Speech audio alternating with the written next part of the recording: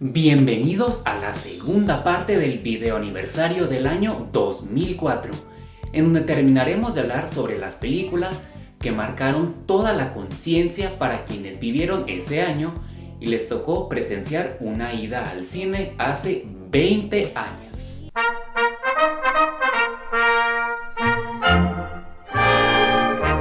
El 2004 fue un año muy interesante para Mickey Mouse y sus amigos, como hacía muchos años no ocurría.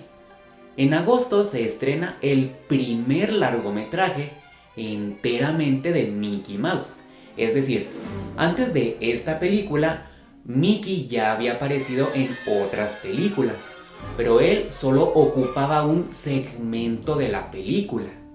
Esta vez la historia de esta película sería de principio a fin sobre él, y hasta la fecha ha sido la única, pues han seguido existiendo películas sobre Mickey Mouse, pero son películas que se dividen por segmentos.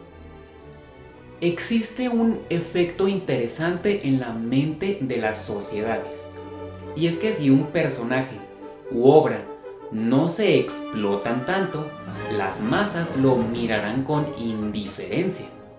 Pero si por el contrario se explota de más, también las masas lo mirarán con indiferencia. Por ejemplo, Mickey Mouse. Todo el mundo sabe que es la mascota principal de una de las compañías más poderosas del planeta y que desde hace décadas se ve su imagen en todos lados. Ropa, accesorios, muebles, cortinas, colchas, cobijas, sábanas, alimentos, artículos electrónicos, maquillaje, peluches, juguetes, cuadernos y un largo etcétera.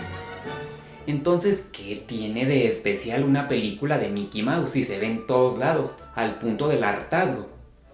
Pues que aquí Disney Toon demostró que podía ser capaz de crear un argumento brutalmente genial sobre Mickey Mouse, haciéndole justicia a quien es la mascota principal de uno de los imperios de entretenimiento más poderosos, y que a lo largo de estos 20 años que han pasado, no se ha vuelto a hacer algo igual con Mickey Mouse y sus amigos.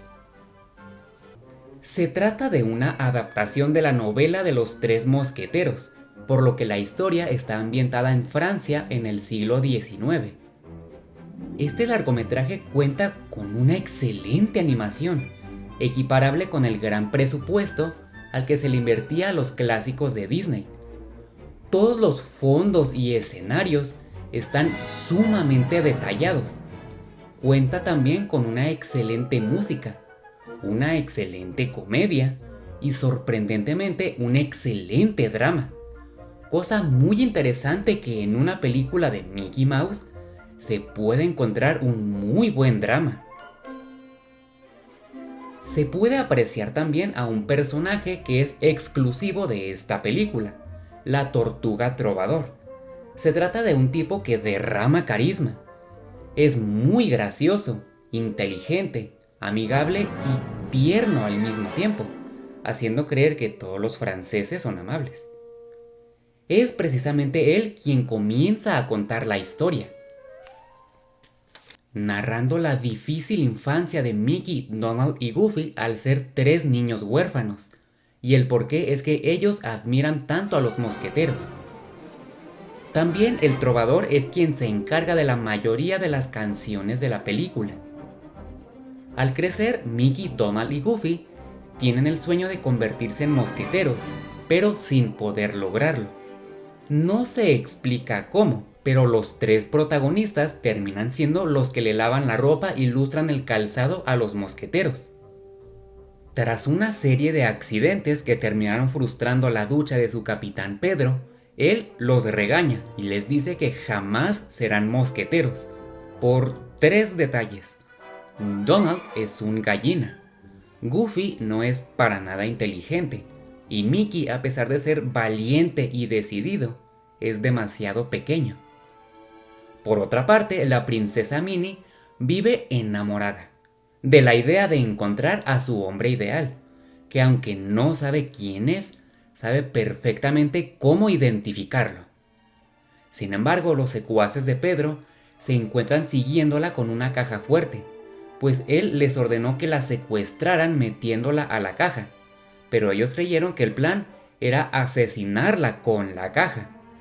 Después de que ellos le dicen que su encargo falló, Pedro les menciona quizá por quinta vez que el plan es secuestrar a la princesa para que uno de ellos se haga pasar por ella y en la gran ópera anuncie frente a todos que Pedro se convertirá en el nuevo rey de Francia. Minutos después, la princesa Minnie, por el obvio acontecimiento, le exige al capitán que le asigne inmediatamente a unos mosqueteros como guardaespaldas. Ahí, Pedro ve perfectamente la oportunidad de asignarle como mosqueteros a Mickey, Donald y Goofy, ya que por su inutilidad no serán ningún impedimento para secuestrar a Minnie. En el transcurso de la película, Pedro hará hasta lo imposible para convertirse en rey de Francia. ¿Cuál es el principal defecto de esta película? Además de que Disney no tuvo la ambición de estrenarla en cines, sino que fue directamente a VHS y DVD, también es que sí es algo corta. Tan solo tiene 1 hora exacta de duración. Y era para que, aunque sea, durara 20 minutos más.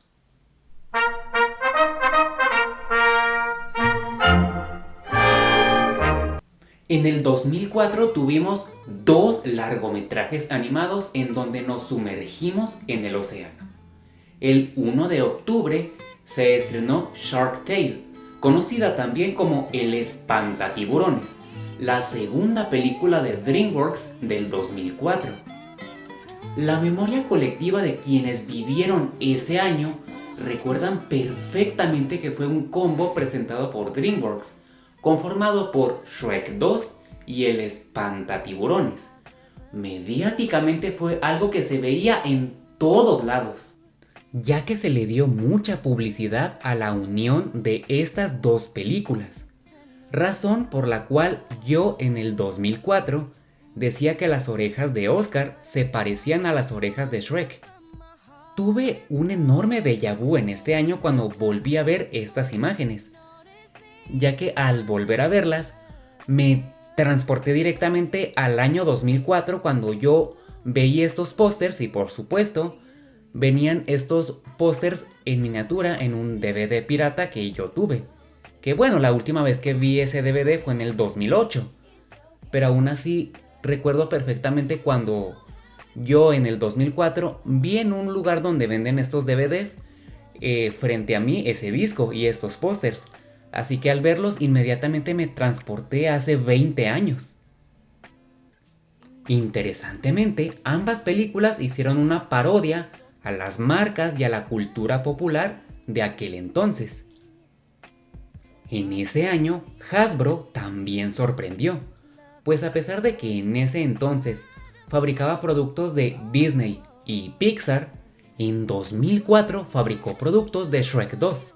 Y unos meses después también lanzó juguetes del Espantatiburones. Podría describirse a esta película como un caso en donde una película fue odiada y años después se hizo más querida por el público. Sin embargo, en 2004 no le fue mal al Espantatiburones y no tuvo malos números en taquilla.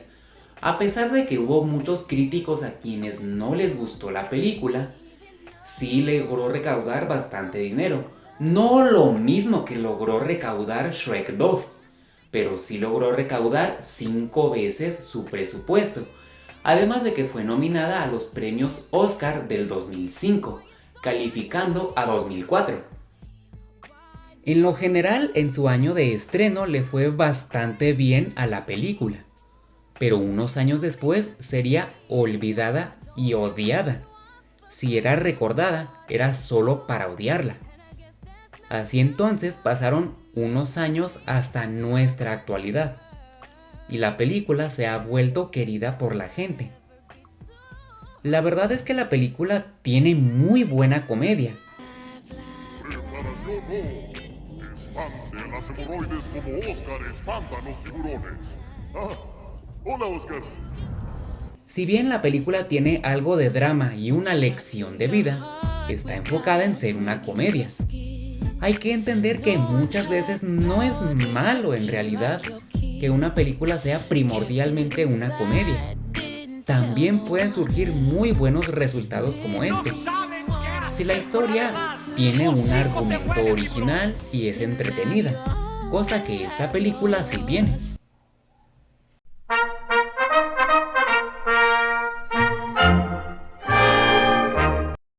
Para finales de 2004, llegarían al cine 3 películas animadas que compitieron por la taquilla. Una de ellas sería bastante obvio el por qué se estrenó a finales de año por su temática. Pero las otras 2 fácilmente pudieron haber competido por ser el éxito del verano. Sin embargo, Pixar y Nickelodeon Paramount decidieron estrenarlas en noviembre de 2004, llegando a Latinoamérica en diciembre de 2004. Resaltando que en una primera impresión no es tan atractivo imaginar una película que muestre el mar y la playa en época de invierno, a excepción de países como Argentina, que en noviembre y diciembre es verano. Pixar se lució como compañía al presentarle al mundo Los Increíbles, pues demostraron de lo que eran capaces de hacer para crear historias que impactaran a la gente. 2004 tuvo un gran mérito con esta película, pues eran personajes que la gente no conocía y apenas iba a conocer con esta película, logrando el resultado de que marcaron la cultura popular no solo del 2004, sino de toda la década de los 2000. A lo largo del siglo XX fueron apareciendo superhéroes, ya sea de DC o de Marvel, teniendo la primordial intención en ese entonces de capturar la atención de los niños. Se debería presentar cuál sería su traje, cuáles serían sus poderes y cuáles serían sus villanos. Obviamente, cada superhéroe solo tendría encomendada una ciudad, es decir, en su respectivo universo, ese superhéroe sería el único que existe. Años después, las empresas decidieron hacer crossovers entre sus superhéroes, pero originalmente no fue así. Por lo que en 2004 fue muy interesante ver este universo en donde existen muchos superhéroes a la vez, basando sus superpoderes, obviamente, en varios personajes existentes de DC y de Marvel. En este universo, habría personas a las que les toca nacer con superpoderes y a otras les tocaría nacer comunes y corrientes. Esta película es brillante por lo realista que es, al mostrar cómo sería la realidad si de verdad existieran superhéroes. Las películas de Marvel o de DC solo llegan al realismo de decir que la prensa estaría hablando de ellos, pero hasta ahí. En cambio, esta película expone sobre si realmente todos los ciudadanos estarían contentos con ellos. ¿Acaso no habría personas que les tengan miedo por considerarlos una amenaza? ¿O que acaso no habría personas que sientan celos de que ellos tienen superpoderes y ellos no? ¿O que acaso no habría políticos de izquierda o derecha que traten de usar su poder para desprestigiarlos e influir en la opinión pública? Todo esto hace que Los Increíbles deje muy interesantemente a cualquier película de Marvel o de DC como algo muy fantasioso. La película inicia con unas entrevistas a los 3 héroes más populares del momento, Mr. Increíble, Elastigirl y Frozono, para hacer una introspección en ellos y mostrar cómo es su vida en ese momento. Lo siguiente en mostrar es un entorno urbano de los años 50, aproximadamente en 1955, en donde Bob Parr, el nombre real de Mr. Increíble, vive un día común en su vida. Después de coquetear con Elastigirl, se da cuenta de que un hombre intenta acabar con su vida y decide salvarlo, sin imaginarse que en ese edificio se oculta Bon Voyage, planeando un atentado terrorista. Antes de que pueda detenerlo, aparece nuevamente Bobby, o Incrediboy, insistiendo en que puede convertirse en el compañero de su superhéroe favorito.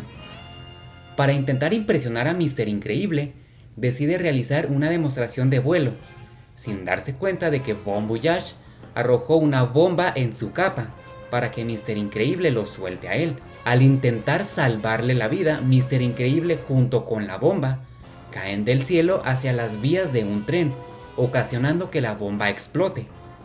Esta es una película que se especializa en mostrar que las acciones del protagonista repercuten y alteran todo el curso de la trama, pues todo lo hecho aquí por Mr. Increíble, junto con haberle hablado de forma muy grosera a su admirador, sin hacerle entender de un mejor modo, son cosas que marcan a toda la historia. Después de casarse con Helen, haciéndonos entender que la conversación de esa tarde eran en realidad sus alter egos y no ellos mismos, Bob le dice a su recién esposa que siendo superhéroes, ¿qué ha de pasar?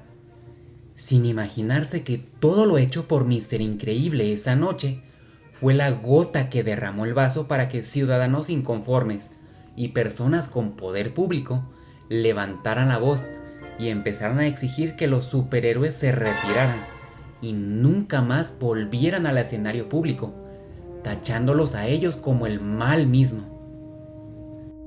Agente Rick Dicker, archivo 93718. Los archivos de la Agencia Nacional de Super han quedado sellados de acuerdo a la reforma de restricción de superhéroes que prohíbe toda superactividad. Estos archivos contienen información confidencial al respecto de los super, sus poderes, debilidades y en algunos casos su identidad secreta. A pesar de la insistencia del gobierno en que esta prohibición es permanente, estos archivos deben ser tratados con la mayor discreción y respeto. ¿Quién sabe? Tal vez algún día les permitan ayudar a la gente otra vez. Eso espero. 15 años después, aproximadamente a finales de los años 60, Bob trabaja en una oficina en Seguritas, ya que por ejemplo si trabajara en una construcción, su fuerza sobrehumana lo delataría de que él tiene superpoderes. Se muestra que Helen y Bob tienen 3 hijos, lo cual según el material eliminado esto violaba la ley, ya que además de tener prohibido aparecer en el medio público, también tenían prohibido tener hijos, por lo que ellos dos deberían estar presos. Bob y su mejor amigo Lucio, alias Frozono, no se resignan y tratan de seguir salvando vidas a espaldas de sus esposas, sin imaginar que hay una espía llamada Mirage que se encuentra siguiéndolos. Después de tener un ataque impulsivo característico de Bob, él es despedido de Seguritas, por lo que Mirage lo contacta y le ofrece volver a ser Mr. Increíble en secreto. Así que él comienza a vivir una doble vida, donde su esposa no sabe que él comienza a ser nuevamente Mr. Increíble. Se revela más adelante que todo es un plan de Síndrome, la nueva identidad de quien alguna vez quiso ser Incrediboy. Básicamente se dedicó a buscar a todos los superhéroes retirados y escondidos a través de Mirage para luego asesinarlos con su mayor debilidad. Es por eso que el plan era mandar a Frozono a la zona de la lava del volcán para que se deshidratara y muriera. Por otra parte, gracias a Edna Moda, Helen se entera de la doble vida de su esposo y es motivada para ir a buscarlo a la isla, sin imaginar que Dash y Violeta irían con ella a la misión sin su permiso. La película contó con 4 doblajes en idioma español, un doblaje exclusivo para España, un doblaje exclusivo para Argentina, un doblaje hecho en México para toda Latinoamérica y un doblaje hecho en México exclusivo para México. Allá vamos. A laburar. A trabajar. a chambear. Doblaje exclusivo para Argentina, se contó con la suficiente libertad creativa para que se modificaran algunos diálogos y se hiciera creer que la historia de esta película transcurre en Buenos Aires. Está en el microcentro. ¿Qué calle llega hasta allá? Creo que Corrientes. Siempre está cortada. Va con esta, ¿no? El 6 de diciembre de 2004, el director Brad Bird vino a México para una conferencia de prensa con algunos de los actores que trabajaron en el doblaje de la película, en donde estuvo presente Víctor Trujillo como Mr. Increíble, Consuelo Duval como Elastigirl, Darío Tepié como Edna Moda, Omar Chaparro como Síndrome, junto con el entonces director creativo Raúl Aldana. Brad Bird se mostró feliz y emocionado porque la película llegara a Latinoamérica, posando muy alegremente en las fotos con parte del elenco del doblaje de la película que se hizo en México.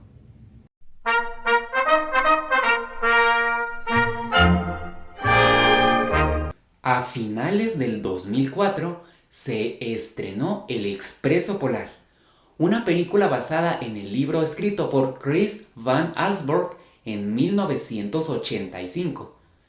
Además, esta sería la primera película animada con captura de movimiento, una técnica de animación que actualmente está descontinuada, debido a que con el paso del tiempo fue acumulando varias críticas que decían que la estética de esta técnica de animación no era muy buena. En lo personal, esta es la única película con animación de captura de movimiento que me gusta, más que nada por la historia. En la Nochebuena de 1957, un niño intenta dormir sin lograr conseguirlo, debido a que no deja de pensar en el asunto que rodea a Papá Noel.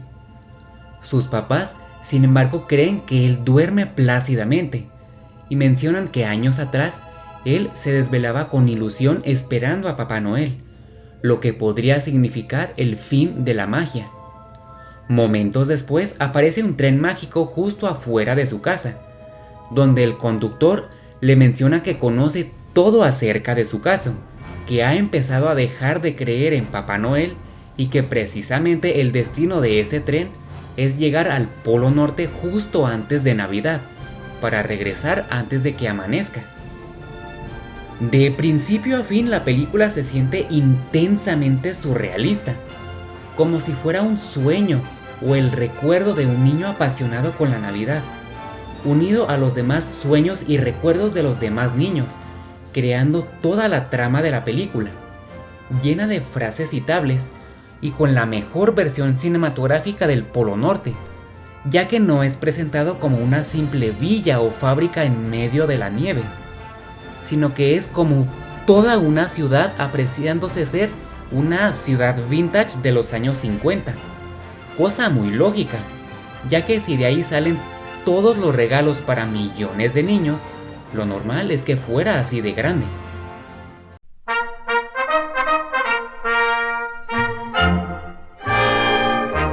Los 90s fue la mejor época de Nickelodeon de su historia, en donde una mayoría de sus series eran un éxito en todo el mundo, empatándose varias veces con la mismísima empresa Disney, teniendo la empresa naranja una influencia global equiparable. En esos años se debatía cuál era el dibujo animado número 1 de Nickelodeon en cuanto a sus ventas, rating y cuál definía más a la empresa, si Oye Arnold o Los Rugrats. Pero esto empezaría a cambiar a partir del 1 de mayo de 1999, cuando se estrenó el primer episodio de Bob Esponja. Basado en un piloto de 1997, el capítulo titulado Se busca ayuda cuenta cómo el personaje principal ingresa a trabajar por primera vez al crustáceo cascarudo, lugar que se convirtió en el sello eterno del programa. Mientras avanzaba el 2001, el personaje poco a poco se convirtió en un fenómeno del marketing y en un ícono de la cultura popular en todo el mundo. Además de que triunfó en el gusto del público de todas las edades, logrando ser tan popular entre adolescentes y adultos, y hasta MTV logró tener los derechos de la serie para poder transmitirla. A la vez que varios artistas de rock, entre ellos Slash y Metallica, declararon ser fanáticos del programa. Esto en una época donde había un enorme estigma con que a algún adulto le gustara una serie animada. Estaba realmente muy criticado y muy mal visto que alguien declarara ser fanático de un dibujo animado. Más aún el caso de ellos, que en ese entonces representaban rudeza y rebeldía. Aquí comienza Calamidad Calamardo.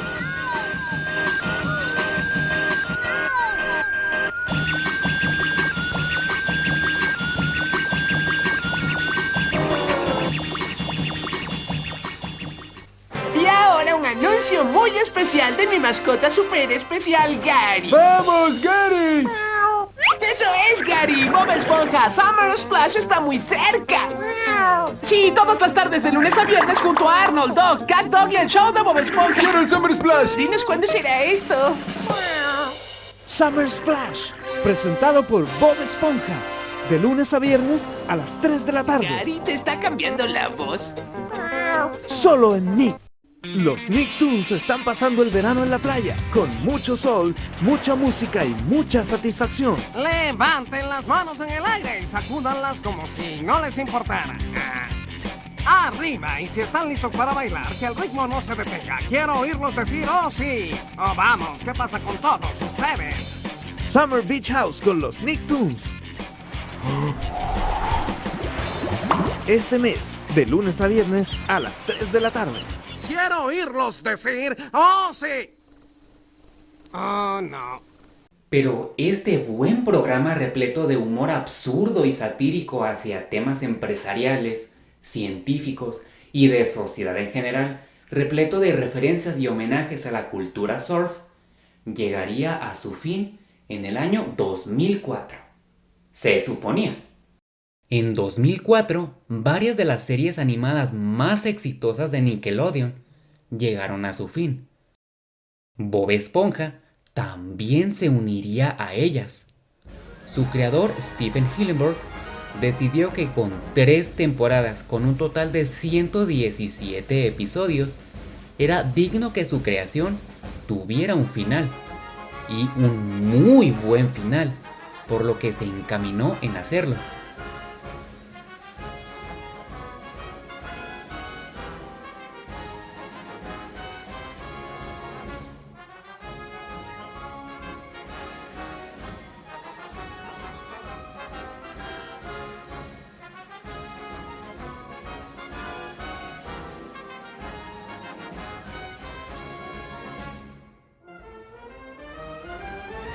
A finales de 2003, Nickelodeon hizo oficial que, un año después, se estrenaría en cines un largometraje que daría un final a la serie. Así es que, desde que inició el año 2004 y durante todo ese año, Nickelodeon se encargó de propagandizar de modos diversos la imagen de Bob Esponja. Se estarían estrenando los últimos capítulos de la 3ª temporada.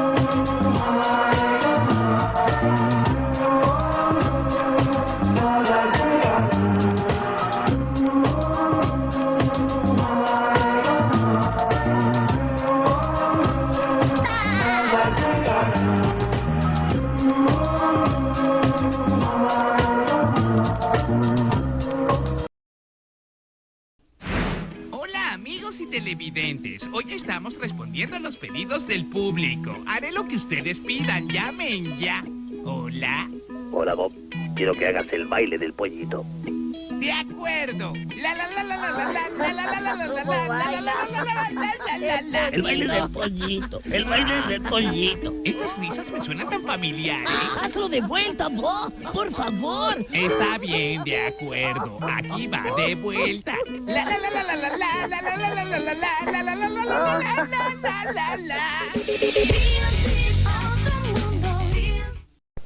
Kellogg's presenta el nuevo y delicioso cereal de Bob Esponja. ¡Yupi! ¡Tu turno, Bob Esponja! ¡Aquí voy! Rico cereal sabor a fresa y vainilla. Encuentra a los personajes de Bob Esponja en tu desayuno. Búscalos en cereal, paquetitos y barra. ¡Bob Esponja! Hola, Patricio. ¿Te gusta mi reloj? No, Hola, Patricio. ¿Te gusta mi reloj? no. Hola, Patricio. ¿Te gusta mi reloj? Oh. Ahora en Burger King, 5 relojes de Bob Esponja con caras y bandas intercambiables para que lo pongas a tu manera con 4 combinaciones y 20 estilos diferentes. $1.99 cada uno con la compra de un Value Meal. The SpongeBob SquarePants Movie, clasificación PG, solo en cines el 19 de noviembre. Los meses pasaron y finalmente llegó noviembre, estrenándose Bob Esponja la película, bajo la dirección y producción de Stephen Hillenburg, además de guionistas y animadores veteranos de la serie. Como era de esperarse, la película fue un tremendo éxito en decenas de países, atreviéndose a mostrar escenarios y problemáticas nunca antes vistas en la serie, pero sin dejar atrás el humor absurdo característico de los personajes. Estos fueron factores que provocaron el éxito internacional de la película. Hasta este punto, todo marchaba genial. Bob Esponja se había convertido en un personaje histórico en la animación, y la carrera de Stephen Hillenburg y de todos sus animadores y guionistas se mencionaba con alto renombre. Pero entonces ocurrió una de las cosas menos favorables. La empresa naranja se dio cuenta que no podía dejar morir a quien se había convertido en su minita de oro. Por lo tanto, ordenó una 4ª temporada de la serie. Una notable mayoría de animadores y guionistas se retiraron del programa, pues en vista de que la serie ya iba a acabarse, estas personas ya habían firmado con otros proyectos u otras empresas.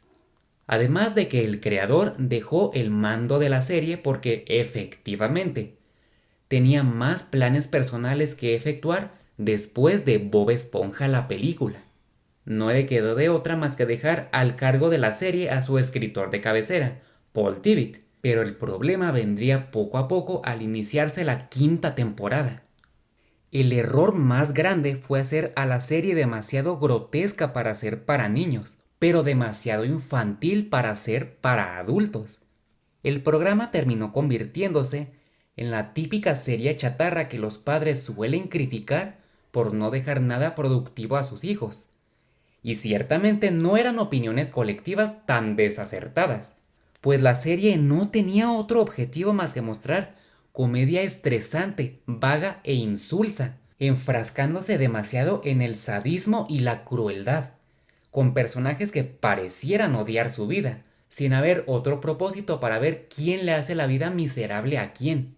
Cuando llegaron los años 2013 y 2014, muchas personas se empezaron a percatar de todo esto, reflexionando sobre cómo era posible que la mejor caricatura de Nickelodeon se encontrara como una de las más aborrecidas por la mayoría de la sociedad en ese momento.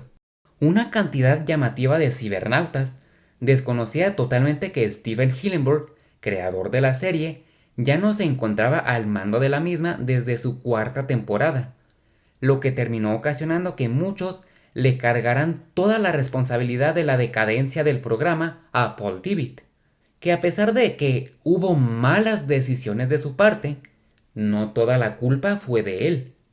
Ya ha habido muchas películas de Bob Esponja, sin embargo, ninguna de estas supera a la del 2004, la que por muchos años fue la única película de Bob Esponja, por el simple hecho de que estas películas tienen como objetivo contar un episodio más de Bob Esponja, mientras que esta película tuvo el objetivo de darle un fin a la serie.